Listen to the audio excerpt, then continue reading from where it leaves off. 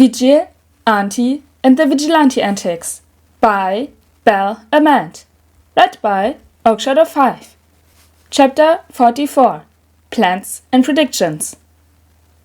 When Izuku walks into the classroom, Hitoshi by his side, he's not really surprised by how energetic the room is. By now, he's gotten pretty used to being around such a large group of kids his age, and doesn't even bat an eye as the noise never rises as his peers' voices overlap. Ganat was so cool! He taught me so many things! I can't wait to apply all of my new techniques in class! Oracle says to Tsuyu, who nods and ribbons encouragingly. Fourth kind was pretty manly, and working with my new bro Tetsu was super cool! Kirishima exclaims. As he does so, Tenya stands up from his seat and makes his way over to Izuku. Death Arms was pretty chill, Jir says with a shrug as Izuku passes her seat. I think Bakugo had a great time at his internship, Sir says with a snort, enough to gain Izuku's attention. Got a whole new look and everything. Izuku looks at his explosive classmate and blinks at the sight of his ex-childhood friend. A new look, huh? Izuku mutters, and Hitoshi snorts. The blonde does, indeed, seem to be sporting a new slick-back hairdo, the spiky hair gelled down and swept to the side. It's nothing Izuku has ever seen before, and he wonders how long it'll last. As if thinking the inquiry doomed it, Bakugo snarls, lets out little explosions, and his hair pops up from sheer hatred alone. Maybe it's part of his quirk, Hitoshi murmurs as the action causes some of the boys to crack up all over again. Izuku can't help but want to agree, although a part of him thinks Bakugo is just that spiteful. He's pulled out of his slight musings by Kaminari's voice, the boy saying, If there's anyone who's dealt with a lot during the internships, it'll have to be you four. And then he points at Izuku, Hitoshi, Tenya, and Shoto, as he's taking to calling the boy, who is already seated. That's true, Zero agrees. Didn't you four fight the hero killer? Just fight? Did none of you see the video? Mido was clearly the guy that Stain called out as being a true hero. Kaminari cries out, and then asks, How did you even get his praise like that, Mido? And, wow, Izuku really doesn't like how Kaminari phrases that, as if it's a good thing that Izuku was praised. Another part of Izuku just feels fake for being praised as a true hero, because that cannot be further from the truth. So, Izuku shrugs, putting on his most confused expression. I don't really know, Kaminari-kun.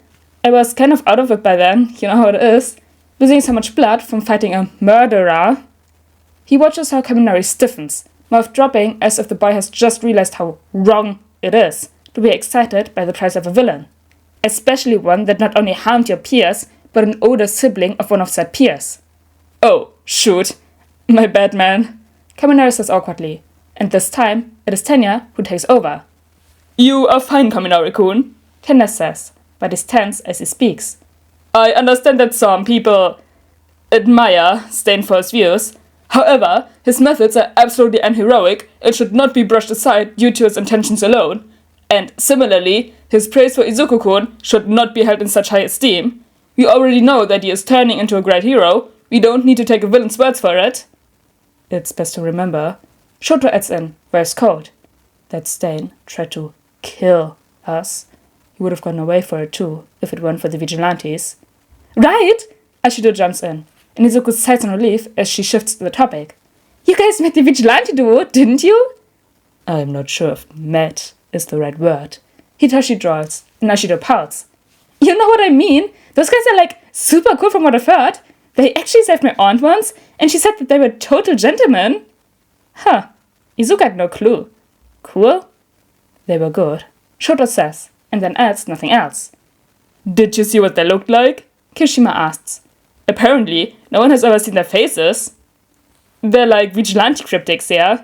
Kaminari asks, and Izuku has to hold back a snort, because how has he become a cryptid for two completely different scenarios? If you're just going to chat about the vigilante duo, Aizawa starts, quieting the room immediately. Then you can do it after school, during detention. There's no more talk of vigilantism, and class begins. Ahmed smiles down at his class of hero hopefuls, all of whom talk to one another as they wait for him to speak. He can't help but notice that some new friendships seem to have emerged, or perhaps merely grown, since the internships. Whether it be intern-class friends, like Yang Yaorozu and Yang Kendo, who apparently worked under the same heroine, or emergent bonds within the group, such as young Ida and young Todoroki, who seem to have grown closer with one another, and the young Vigilante boys. It's clear that the work studies have brought these hero hatchlings closer together. I feel like an odd mother hen. Ahmed thinks, and decides that it is clearly time for him to start the lesson, if he's already taken enough time observing that he managed to reach such a conclusion. Alright, Ahmed starts, and his grin widens when the group quiets immediately. Today we're going to focus on rescue. Does that mean we're going back to the USJ? Ida asks right away, in a few of his students who wince at the question. I'd rather not. Kaminari mutters. Who knows what will happen if we step foot in there again? I don't think I can handle seeing Midoriya-chan ripping off another moment's limb, Carol, Asuri remarks. And yeah, Ahmed doesn't really want to see that either. It was self-defense, Midoriya protests, but his voice is weaker, and even he seems queasy at the mention. Ahmed wonders if the boy has considered therapy. He'll have to ask Aizawa about that soon. For now, Ahmed clears his throat and says, No! Instead of going to the USJ, we are using this training ground, Grand Gamma, to do a sort of rescue race. Rescue race? Jiro repeats, and Ahmed gives her a thumbs up. Exactly! I will be located in the center of the city. In groups of 5, we will race through the terrain to find me. Whoever is first wins. And remember, use your surroundings to advantage. He gestures to the winding pipes and tall buildings, and feels pride bloom on his chest as the students nod, excited. Alright, then, without further ado, here are the groups. He displays a hologram, showing off the 4 sets. Group A: Shoto Todoroki, Ochako Oraka, Eijiro Kirishima, Koji Koda, and Yuga Aoyama. Group B: Katsuki Bakugo, Hitoshi Shinzo, Rikiro Sato, Fumikage Tokoyami, and Muzo Shoji. Group C: Momo Yaorozu, Kyoka Jiro, Tena Ida, Tsuyo Asui, and Mina Ashido. Group D: Izuku Midoriya, Toro Hagakure, Hanta Sero, Oji Mashirao, and Denki Kaminari. Group A, to the starting line! Ahmed shouts. I will alert you when you may start through the speaker, and the race shall commence. As Ahmed prepares to jump through the air, he can't help but wonder one thing. Why are the rest of the students crowding around young Midoriya?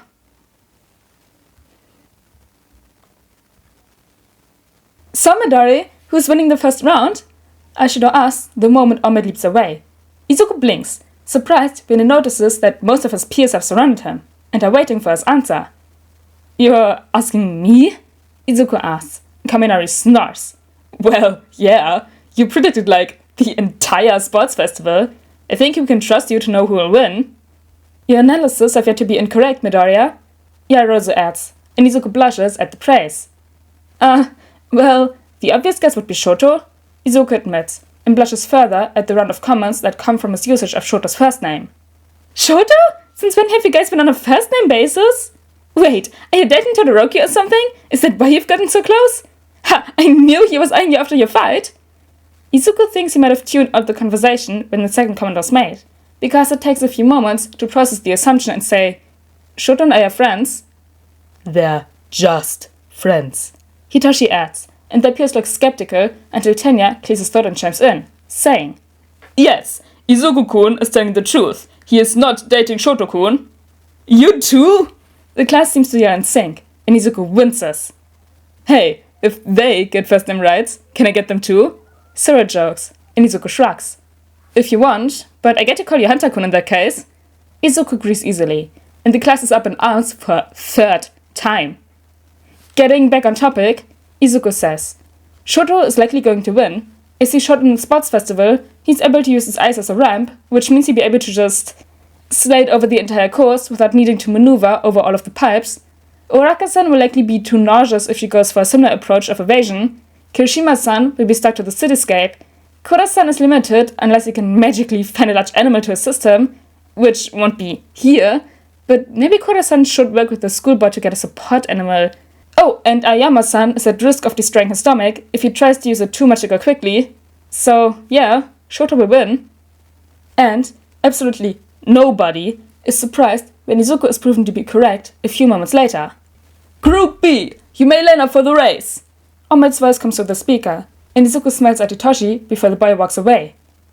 So, I'm guessing Bakubro wins this one? Kaminari asks, and Izuku hums. That depends. Depends on what? Aishido asks, and Izuku smirks as the race begins. But Bakugo doesn't move an inch. Depends on whether or not Toshi could get his quirk used in time. He did, so Toshi will win. But Shinsu's quirk isn't useful for maneuvering around an area like this, Yaoyorozu points out, and Izuku sighs at the reminder. After the sports festival, the class had finally found out Hitoshi's quirk. There was really no denying it at that point, to be honest. It was fun while it lasted. Izuku thinks with a smile, then shrugs. Toshi doesn't need a quirk for this part, now that Bakugo won't be moving, and he won't move until Toshi lets his hold fade, because Toshi isn't going to set a time limit for a race like this. Toshi only has to focus on himself, instead of racing against someone who can fly. And you don't think the other three are worth worrying about? Yaoyorozu asks, surprised, and Izuku shrugs again. They're all very strong, and they be fast, but, well, let's just say that Toshi has some experience with using the capture gear to move around in high places. Nobody says a word when Hitoshi is announced as the winner, and Izuku smirks in satisfaction. And one race later, it's his turn. Izuku can't wait to show them what it means to use a capture weapon.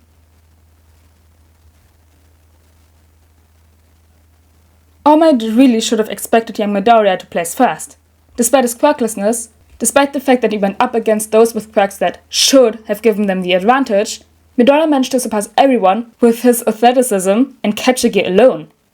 Sometimes, All Might can't help but forget that the boy has no quirk to rely on. Sometimes, All Might feels that the rest of the world does the same. Because Midoriya seems to be too strong, too smart, too ready to be someone with such an obvious disadvantage. And yet he is, isn't he? He's everything All Might never could be. Or, rather, what Toshinori Yagi could not become. Quirkless and yet not worthless. Not doomed to never become a hero. Young Midoriya does what young Toshinori never could. It seems to be a force that none can possibly stop. It's empowering as much as it is enlightening. And yet, Toshinori can't help but wonder what would happen if Midoriya did have a quirk. More specifically, his. One for all, a quirk that can be passed down from generation to generation. A quirk that allowed his biggest dream to come true. A quirk that let All Might exist and become the #1 hero, the symbol of peace for Japan. A quirk that turned him from zero to hero, that gave him the chance he needed. As he is, young Midoriya will inevitably be stunted in his future due to his quirklessness. While the boy pushes past more setbacks than Toshinori ever could, it's only a matter of time until the world realizes he is, indeed, lacking a quirk. When this happens, Toshinori fears that people will look down on the boy and dismiss him. It's not uncommon after all, and while Toshinori doesn't know what problems quirkless people face today, he remembers his own time as a quirkless child. But if Midoriya were to gain one for all, he could go beyond. He could be bigger than life itself. Toshinori has no doubts that the green-haired boy could surpass his legacy, becoming a symbol of his own. With a power 8 generations long, nothing could stop Midoriya. Yet, Midoriya isn't Toshinori's only option. No, there's another one, suggested by his old sidekick Sir Night-Eye. Mirio Togata, a third year who is expected to rise to the top of the charts as soon as he graduates. He's one of the big three in UA. He's strong, he's smart, and he always walks around with a smile on his face. He's already acting like All Might. It just needs the quirk to be a splitting image of him. But Midoriya seems to have the heroic drive and selflessness in bounds. And so, Toshinori hesitates. He pauses, looking between his two choices, his two potential successors. There's no time to hesitate though. That is the issue. All Might's time is waning, and so Toshinori needs to choose. And soon. Because All Might is down to around 2 hours, and if he continues to push himself, he will use up the last of the quirk, and then the legacy will be gone. But even though there is no time, Toshinori waits. He waits, and he prays to whatever god there is that he will find his answer soon enough. So long as nothing goes wrong, he has until the end of the year, he supposes, to choose a successor. So long as nothing goes wrong, like running into Alpha One and being forced to retire on the spot. But nothing like that will happen, right? Not anytime soon, surely. After all, the only things planned for the near future are finals and the summer camp. and there's no way that a summer camp could lead to All Might fighting his arch-nemesis. Right? Right. All Might still has time. Toshinori still has time. Everything will be fine. Everything will not be fine. Higari Majima sighs as he walks back into his classroom. It's been a long day to end a long week, now that the students have returned after a week of work studies. It had been nice, getting a quick break from the madness that is a class full of inventors. One pink-haired, explosive girl especially coming to mind, as they went off to learn and be someone else's problem for a few days. But now, it's Friday, and they've been here since their return on Monday, and Higari is tired. Let it be known that Higari Majima isn't a spiteful man, nor does he want to hold grudges against students just because they are passionate and learning. But man, sometimes he can understand the bone-deep exhaustion that Aizawa always seems to wear. As a matter of fact, the two have actually sat down with some of their other colleagues to talk about their more troublesome students, and this year has been no different. Higari has Mai Hatsume, Aizawa has Izuku Midoriya and Hitachi Shinzo, along with a few other difficult students that like to stir up a fuss. But they'll never surpass the Vigilante boys, much like how Higari's other first years will never be able to cause more explosions in a week than Hatsumi can in a day. To be clear, that is not a challenge, simply a fact of life. He hopes that none of his students confuse this fact, or he may take up drinking as a hobby. Of course, the other teachers have their own problem children this year. Higari isn't suggesting otherwise. He knows that Yamada has a girl in his class that's been bashing on Quirkless people since the sports festival was announced, and Higari can't help but wonder how long it will take before Yamada finally snaps and starts expelling students faster than Aizawa can say logical rules. And, of course, there's Kan, who has that Monoma child. Although, hasn't Kan mentioned how Monoma has actually calmed down a bit since the sports festival? Something about support gear ideas and how Monoma has decided that there's exactly one good student from 1A? Actually, Higari has a feeling that he knows more about this than he should. And these are just the teachers who are more vocal about their troublemaking children. But no one can top the chaotic energy of Hatsumi, Midoriya, and Shinzo. That's just a fact.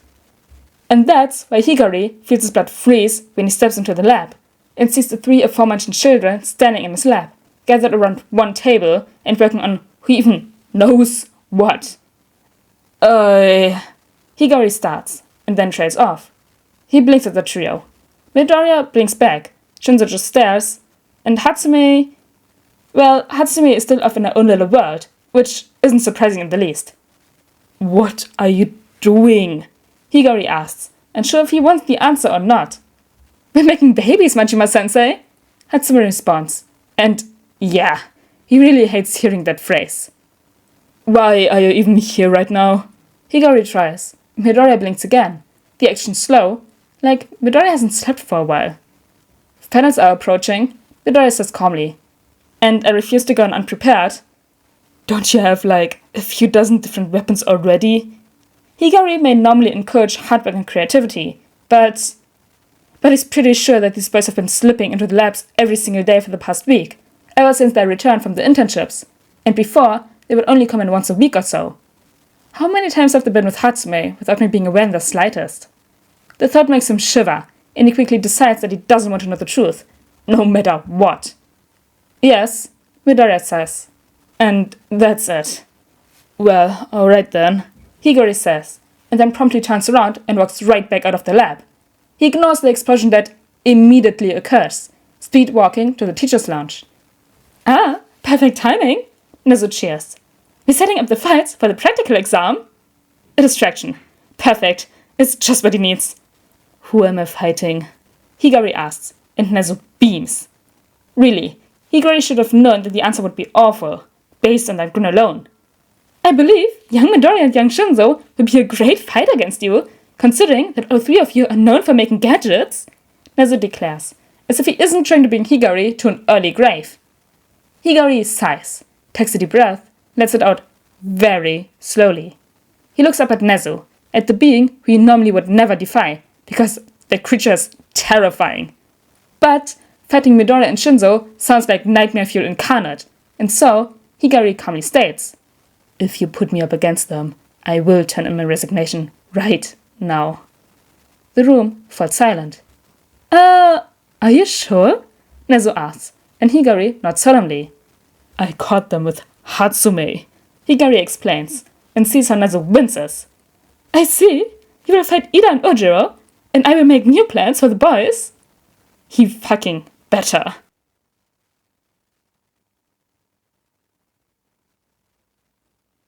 Ooh, this was an interesting chapter.